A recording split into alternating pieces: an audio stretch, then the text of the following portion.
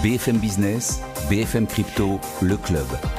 Sandra Gandoin. BFM Crypto, le club. Je vous cache pas que cette émission-là, je l'attendais depuis longtemps. C'est un débat de gentleman qui va avoir lieu sur ce plateau du club BFM Crypto entre Jean-Marc Daniel, économiste, professeur émérite à l'ESCP et absolument contre Bitcoin et les crypto-monnaies depuis que je vous connais. Et même avant Jean-Marc, ça n'a pas changé. Non, et l'histoire est en train de confirmer mon point de vue.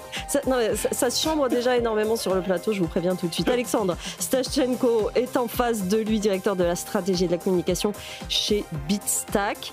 L'un a été l'élève de l'autre, je ne vous dis pas dans quel sens ça s'est passé. Et quoi qu'il arrive, ce sera un débat de gentleman sur ces questions de crypto. De votre côté, vous continuez à nous envoyer des questions sur cette adresse crypto@bfmbusiness.fr, des questions d'investissement, des questions de compréhension, des questions compliquées, des questions simples d'utilisation. On répond à toutes vos questions le jeudi. Je suis ravie de vous accueillir pour ce débat, le club BFM Crypto. C'est parti. Et on va commencer par ce premier thème. Bitcoin a fêté ses 17 ans la semaine dernière. Alors, je vais commencer par vous, Jean-Marc Daniel, parce que ça fait 17 ans en fait que vous êtes contre Bitcoin. Vous ne vous en êtes jamais caché. Là, ça fait 17 ans qu'il vit bien même. Comment vous avez évolué sur cette question au bout de 17 ans? C'est-à-dire qu'au bout de 17 ans, c'est lui qui a plutôt évolué. C'est-à-dire que quand il avait commencé sa carrière, sa vie, il nous était présenté comme une monnaie, comme une tentative de se substituer, non pas tellement à l'or qui a disparu il y a 50 ans, c'est-à-dire que l'or a disparu pratiquement au moment du G7, qui était un G6 à l'époque de novembre 1975. C'était il y a 50 ans, c'était le 15 novembre 1975, et les Européens ont été obligés d'accepter la suprématie du dollar à cette occasion, et donc le but du Bitcoin, c'était d'ébranler cette suprématie, de devenir une forme d'or moderne, de véritable monnaie utilisable pour l'ensemble de la planète. Or, et de remettre en cause effectivement le monopole des banques centrales qui était par nature contraire à l'esprit de l'économie de marché, qui est l'économie dans laquelle nous vivons. Et puis maintenant, c'est devenu un objet de spéculation. Et comme tous les objets de spéculation, la question qui se pose, c'est qu'est-ce qui fonde l'évolution de son cours? Est-ce que c'est la création de richesse qui est derrière, ou est-ce que c'est de la spéculation pure, c'est-à-dire, comme je le rappelle souvent, une formule de mon maître à moi, donc Ricardo, dont là c'est Maurice Allais, qui a été non pas mon professeur, mais enfin dont j'ai été le successeur à l'école des mines. Et donc Maurice Allais disait quelle est la différence qu'il y a entre un investisseur avisé et un spéculateur avide. Et la réponse, c'est 10 minutes. La différence, c'est le moment où ça se retourne. L'investisseur avisé, c'est celui qui est là tant que le cours monte. Et puis le spéculateur avide, c'est celui qui a conservé des positions alors que le cours s'effondre. Et donc là, je rappelle quand même que le cours du Bitcoin était, il y a 2 ans, à 35 000. Un dollar valait 35 000. Enfin, un Bitcoin valait 35 000 $. On est monté à 125 000 il y a 1 mois et demi, 2 mois. Et là, je ne sais pas, nous allons peut-être assister en direct au passage du Bitcoin. Vous prenez des risques, Jean-Marc. Vous savez que ça vous coûte cher quand vous faites des paris de ce genre. On est d'accord, donc effectivement, sur l'évolution. Réponse d'Alexandre Stashchenko. Réponse, déjà, c'est de rappeler le contexte. On dit que Bitcoin a 17 ans. Donc effectivement, remettons-nous dans ce contexte d'il y a 17 ans. Ça part de quoi, Bitcoin? Ça part d'un anonyme sur Internet qui propose une solution à plusieurs problèmes. Et je vais citer directement les citations, comme ça on verra de quel problème on parle. Le 31 octobre, quand il publie son white paper, Satoshi Nakamoto nous dit: le problème, c'est que le commerce sur Internet repose désormais presque exclusivement sur les institutions financières qui font office de tiers de confiance pour le traitement des paiements électroniques. Ça, c'est le premier problème. Il n'a rien à voir avec les banques centrales, il est plus hostile à l'intermédiation financière. Il nous faut un système de paiement. C'est sa proposition de valeur initiale. À ce moment-là, il ne parle même pas des banques centrales. Il nous dit il nous faut un système de paiement pair à pair qui fonctionne sans intermédiaire. Ensuite, on a le lancement officiel, entre guillemets, le premier bloc de Bitcoin, janvier 2009. Et dans son ADN, on voit tout de suite la fameuse incorporation du titre du Times Magazine de l'époque, le chancelier sur le point de bail-out les banques pour la 2e fois. Donc directement, il y a un message politique, c'est effectivement, là on passe sur, on est hostile à ce système de banque centrale qui est inégalitaire, qui est mal foutu pour différentes raisons, etc. Et 1 mois plus tard, il enfonce le clou en disant « Le problème fondamental des monnaies conventionnelles réside dans la confiance absolue qu'elles nécessitent pour fonctionner. Il est impératif de faire confiance à la banque centrale et de s'assurer qu'elle ne dévaluera pas la monnaie. Or, l'histoire des monnaies fiduciaire est jalonnée de violations de cette confiance. » Donc maintenant, on regarde 17 ans après pour faire ce bilan ensemble avec Jean-Marc Daniel, puisque évidemment, il y a le souhait, il y a la qualification d'actifs spéculatifs, et puis il y a le réel. Et le réel, évidemment, est violent, d'une certaine façon. Qu'est-ce qu'on a parcouru? Là, je vais juste faire un dézoom sur les 3-4 derniers mois. Le Luxembourg l'a ajouté à son fonds souverain. JP Morgan, qui a été hostile pendant des années, dit maintenant que c'est un actif de sûreté pour mettre des prêts collatéralisés en face. La prix Nobel de la paix dit que Bitcoin est nécessaire à sa survie. Deutsche Bank nous dit que finalement, ce sera incorporé dans les réserves des banques centrales comme actif de sûreté également d'ici 5 ans. Donc évidemment, c'est une projection, mais quand même, quel retournement pour l'industrie bancaire et pour les banques centrales. Les Américains peuvent en mettre dans leur plan d'épargne retraite. Vous avez les plus grands gestionnaires d'actifs qui, il y a encore 3-4 ans, disaient que c'était de la morora au carré, qui maintenant nous disent, en fait, il faut en allouer 2 à 5% dans votre portefeuille, voire pour certains, BlackRock, ce qui est plus intéressant que l'allocation, c'est le raisonnement. Ils disent c'est parce que c'est un actif risk-off, c'est un actif qui n'est pas risqué. On se prémunit d'un risque qui est beaucoup plus grand, qui est la dévaluation monétaire, qui est en fait en train d'arriver sous nos yeux. On est en pleine guerre monétaire que, j'allais dire, Trump a officialisée. Et on peut même rappeler, c'est mon dernier point, le succès historique qui démontre la traction autour de Bitcoin, c'est le succès historique de l'ETF de BlackRock.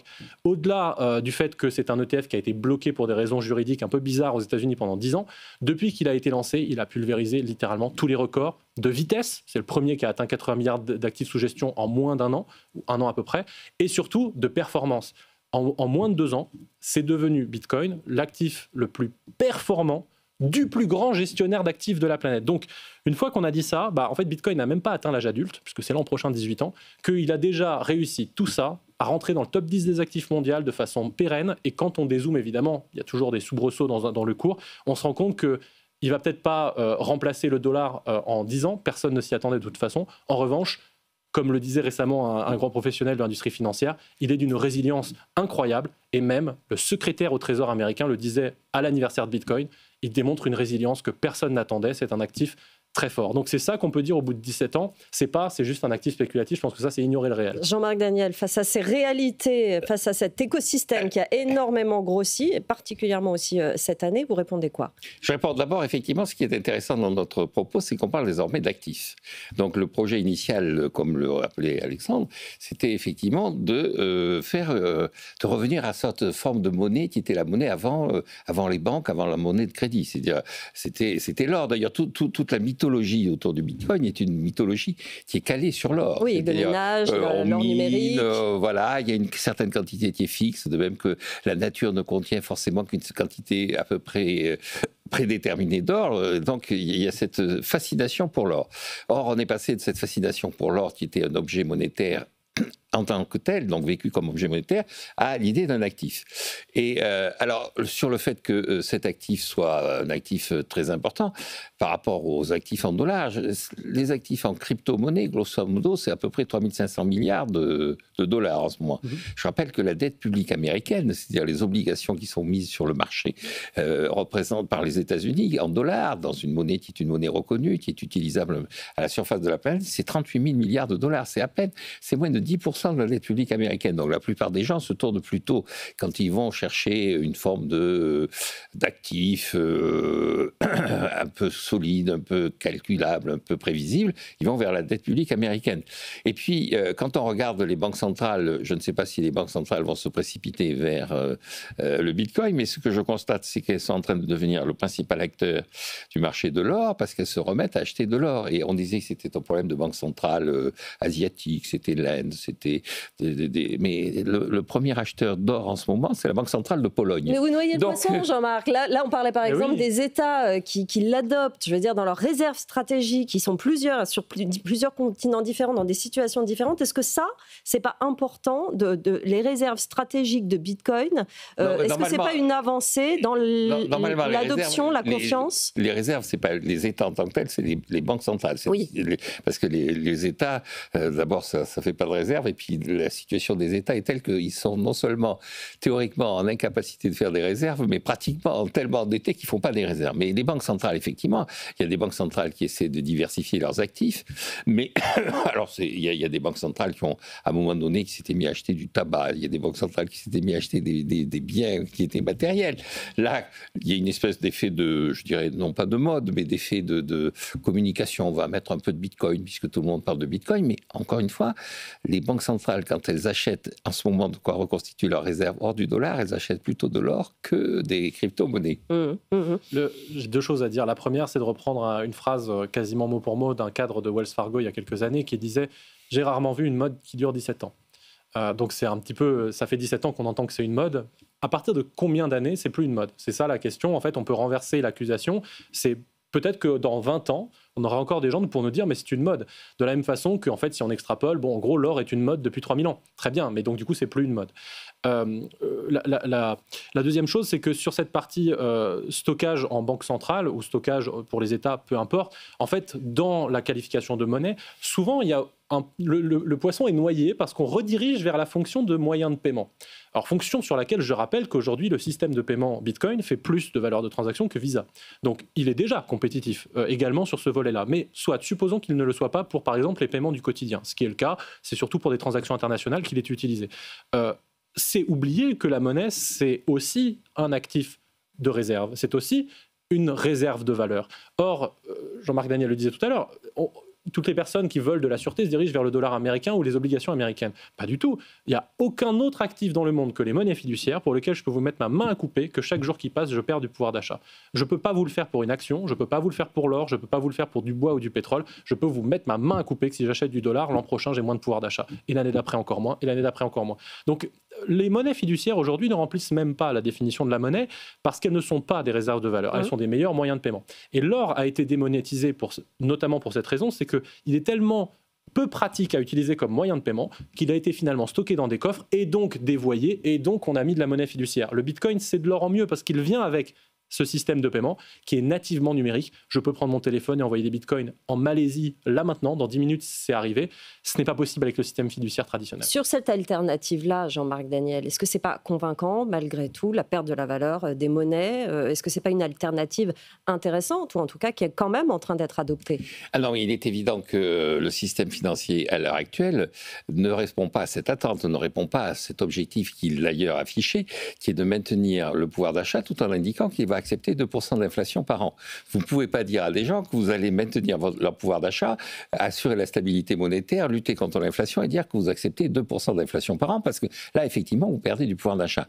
Et donc, la réponse, c'est que les gens gardent de moins en moins de valeur sous forme de monnaie pure, c'est-à-dire le bal de laine, le grand fantasme de la thésaurisation des sacs de billets et tout ça, c'est sous forme d'obligation. Et donc, le véritable enjeu, c'est effectivement, est-ce que les taux d'intérêt qui sont portés par les dettes publiques qui sont affichées à la surface de la planète permettent effectivement de compenser l'érosion monétaire pour être en situation de garantir cette réserve et cette possibilité de projeter du pouvoir d'achat dans le temps. Alors, on a eu cette période du quantitative easing qui a été délirante, effectivement, et qui est normale.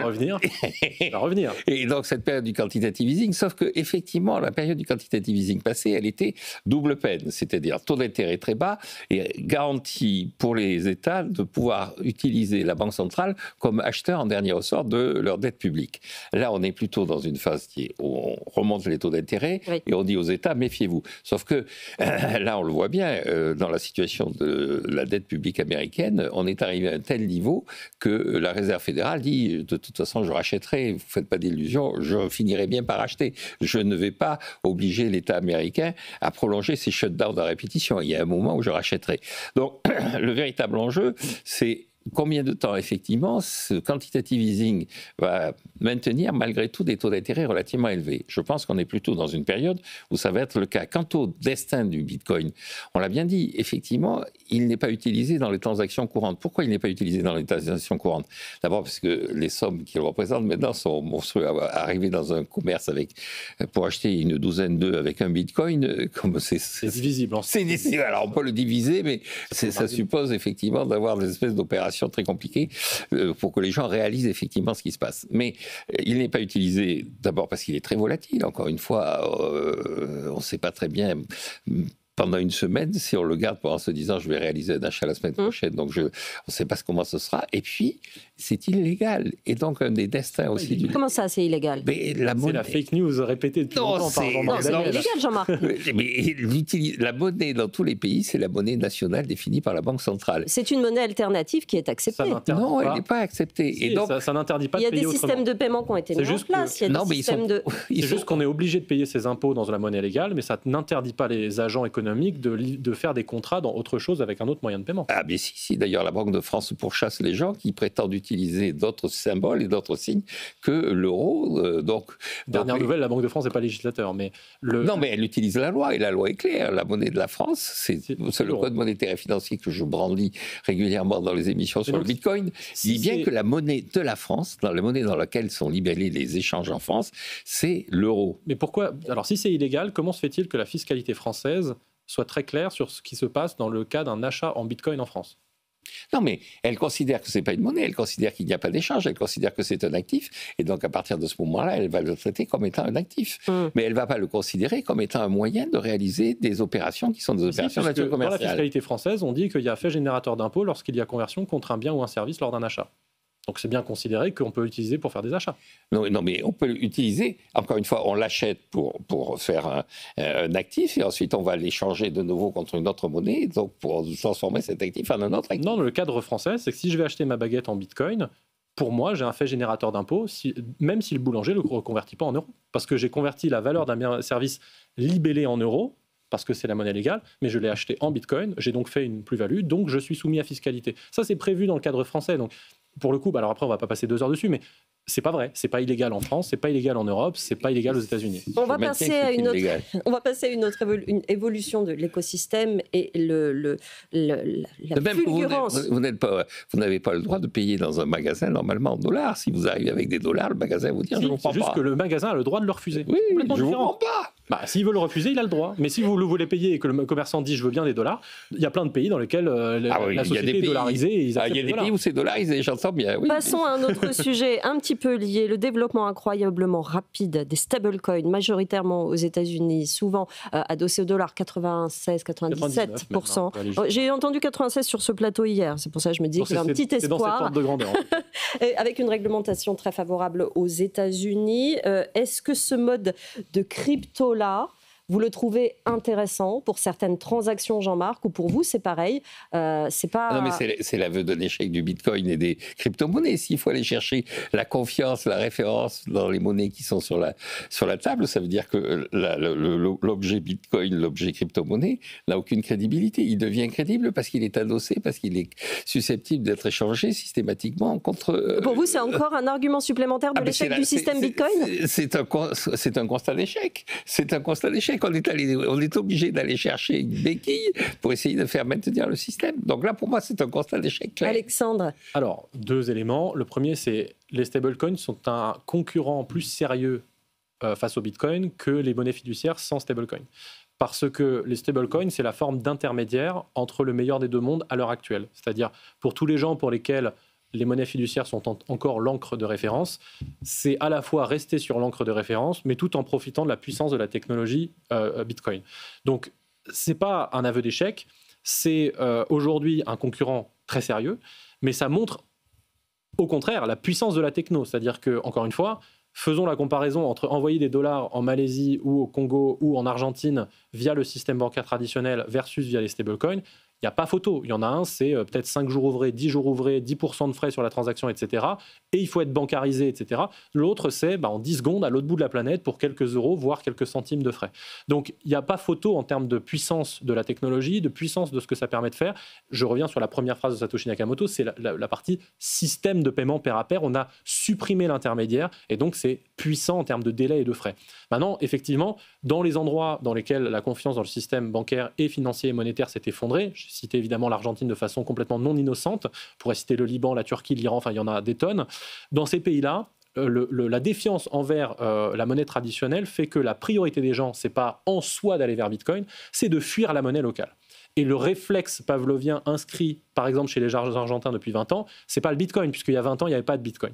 Donc les gens qui subissent ça depuis 20 ans, 30 ans, leur réflexe, c'est d'aller chercher du dollar, qui lui-même est contrôlé en règle générale par des contrôles d'échange, des protections sur les fuites des capitaux, etc. Donc s'ils ont accès à du stablecoin dollar, pour eux, ce sera un réflexe plus naturel que d'aller vers le Bitcoin. Mais en revanche, le fait que le Bitcoin prenne quand même dans ces endroits-là montre que c'est quand même une proposition de valeur supplémentaire, parce que le stablecoin, c'est la puissance de la technologie, mais en restant censurable et sur le dollar, alors que le Bitcoin, c'est la puissance de la technologie, l'incensurabilité et une alternative monétaire hors du système fiat. Et on sait que les stablecoins sont très utiles, effectivement, dans cette situation des échanges transfrontaliers notamment. De ce point de vue-là, pas de notre point de vue d'Européens, Jean-Marc. Est-ce qu'il y a quand même quelque chose d'intéressant pour ces pays-là? Est-ce qu'il y a quelque chose à récupérer dans tout ça, finalement? Est-ce que je vais réussir à vous le faire dire? On veut un mot positif. Non, alors, il y a deux éléments dans ce qui vient d'être dit. Le premier élément, c'est la fascination pour la technologie. Donc, en 17 ans, la technologie n'a pas failli. Et donc, c'est un point positif. Mais est-ce que la technologie bancaire, qui est en concurrence, est en situation d'être aussi faible par rapport à la technologie autour des crypto-monnaies qu'on le raconte? La technologie bancaire, elle s'améliore régulièrement et donc les comptes courants sont quand même relativement protégés. Pas dans ces pays-là. Non, pas dans ces pays-là, d'une façon générale. Là, je vous demande pour ces pays-là. Bon, et pour ces pays-là, effectivement, le véritable enjeu, c'est de trouver quelque chose qui soit stable. Et ils sont dollarisés. C'est-à-dire que vous pouvez aller dans un magasin à Beyrouth, il va vous prendre les dollars sans problème. Si vous commencez à lui dire qu'on va faire des transferts de Bitcoin et tout ça, il va vous regarder avec des grands yeux. Il va vous prendre des stablecoins. Parce que si vous lui proposez des dollars alors que son compte bancaire est fermé, il ne va pas accepter grand-chose. Ah ben si vous lui proposez des dollars en cash, c'est possible. En cash, il prend le cash, il n'y a aucun problème.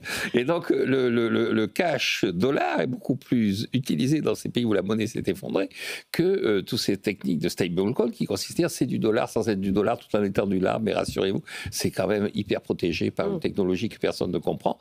Non, le bon vieux cash, le billet de 100 $, c'est absolument incomparable. On va pas y arriver, Alexandre. Une dernière question, il nous reste 4 minutes, soyez sages et respectez ce temps. La cotation. Pardon, vous êtes en train de me perturber, Jean-Marc Daniel. La prise en main du sujet par les politiques, Éric Ciotti qui s'en est emparé, la place qu'est en train de se faire, Bitcoin particulièrement, dans le débat politique. Vous avez 1 minute 30 pour nous dire ce que vous en pensez, Jean-Marc. Est-ce que ça peut faire avancer ce sujet simplement dans les prochaines années? Là, c'est comédien. Là. Encore une fois, vous avez 3 500 milliards d'enjeux. La dette publique américaine, c'est 11-12 fois plus. Donc, les enjeux financiers ne sont pas là. Donc, ça fait partie d'un discours qui se veut moderne. Ça fait jeune de s'intéresser au Bitcoin. C'est de la com, c'est pour prendre des électeurs. Je ne voudrais pas paraître caricatural, mais on voit bien qui a été le professeur de qui, donc c'est un problème de génération aussi. Ah oui, d'accord. On y va. Alexandre, allez, pour finir. Non, pas en termes sur le fond, mais sur l'aspect physique. Hein, sur la couleur de mes cheveux. Et mon absence de cheveux. Jean-Marc Daniel prend toujours la référence, déjà, ça, psychologiquement, c'est un biais d'ancrage. C'est-à-dire dire que quelque chose n'est pas pertinent parce que la dette américaine est supérieure, alors que littéralement, dans le monde, il n'y a rien de supérieur à la dette américaine, ça voudrait dire, par définition, que tout le reste n'est pas pertinent. La capitalisation de Bitcoin, en gros, c'est à peu près autant que celle de la dette de la France. Bon, est-ce que du coup, d'un seul coup, ça devient beaucoup plus pertinent d'en parler, sachant que la dette de la France, voilà, on n'a pas à rougir devant la taille de notre dette non plus. Sur la partie politique, pour moi, ce qui est très intéressant, c'est qu'effectivement, c'est la suite de ce que j'ai dit en introduction. C'est-à-dire que quand on est politicien, il y a un côté, à un moment donné, le marché électoral, il punit. Si jamais on ne traite pas un sujet pour lequel, en France, c'est 10% des électeurs, aux États-Unis, c'est 20% des électeurs qui ont des cryptos, on finit par être exclu de son marché électoral et à perdre des élections. Donc aujourd'hui, ça devient un facteur discriminant pour les politiques. Donc ça veut dire que ce qui était encore quelque chose de marginal il y a quelques mois, aujourd'hui, on le voit par exemple sur le sujet du rachat de la filiale d'EDF par l'américain Mara, on voit que se sont positionnés des gens à l'extrême droite, à droite, au centre, M. Latombe au Modem, maintenant également à LFI, puisque M. Tavel s'est positionné en faveur de plutôt la préservation d'Exaion pour la France. M. Hollande s'était positionné il y a un certain temps, alors pas sur Exaion, mais sur le minage en particulier. Donc maintenant, ça fait consensus au-delà des clivages partisans. C'est une très bonne nouvelle, et je pense que ils sont en train, c'est un peu curieux, mais je pense qu'ils avalent une pilule, donc ils n'ont pas tout à fait conscience de là où elle mène, parce que c'est quelque chose que j'ai déjà dit il y a plusieurs années, mais Je pense que le Bitcoin survivra clairement à l'euro, parce que l'euro, pour le coup, a des fondations qui sont 100 fois moins solides que le Bitcoin. C'est une forme d'union qui a été faite de pansement entre des pays qui n'ont pas les mêmes intérêts, pas les mêmes ambitions. Et donc, je pense qu'on verra la fin de l'euro avant de voir la fin du Bitcoin, clairement. 1 minute, Jean-Marc. 1 minute, je pense quand même que dans le spectre politique, il y en a qui devraient être radicalement contre, ce sont les écolos, parce que vu la quantité d'énergie que consomme le Bitcoin... Vous savez qu'on se met sur les énergies renouvelables et qu'on cherche le meilleur prix. C'est pas l'avis de la science aujourd'hui, donc après voilà, on est libre de dire ce qu'on veut sur un plateau. C'est quand même aujourd'hui, la littérature scientifique dit l'inverse, pour que les gens qui nous écoutent le sachent, c'est qu'on a à peu près 90% des études revues par les pairs, par des académies sur le sujet, je passe de Cornell à Cambridge en passant par tous les autres, qui disent l'inverse, qui disent qu'il faut accélérer le déploiement de Bitcoin pour aider la transition énergétique. Le cours du Bitcoin est resté stable pendant cette émission. Combien, voilà, exactement. Si vous ne pourrez pas vous targuer de l'avoir fait descendre. J'ai une solution pour vous, c'est d'arrêter de regarder le cours et de regarder que des pattes 5 ans, et vous verrez que la vie va beaucoup mieux. Merci à tous les deux. On le refera, ce débat. C'est évidemment passionnant de vous entendre. Jean-Marc Daniel, économiste, professeur émérite à l'ESCP. Alexandre Stashchenko, directeur de la stratégie chez Bitstack. Merci à tous les deux. Je vous laisse entre les mains de BFM Bourse. C'est l'heure. Passez une très bonne journée sur BFM Business. BFM Business, BFM Crypto, le club.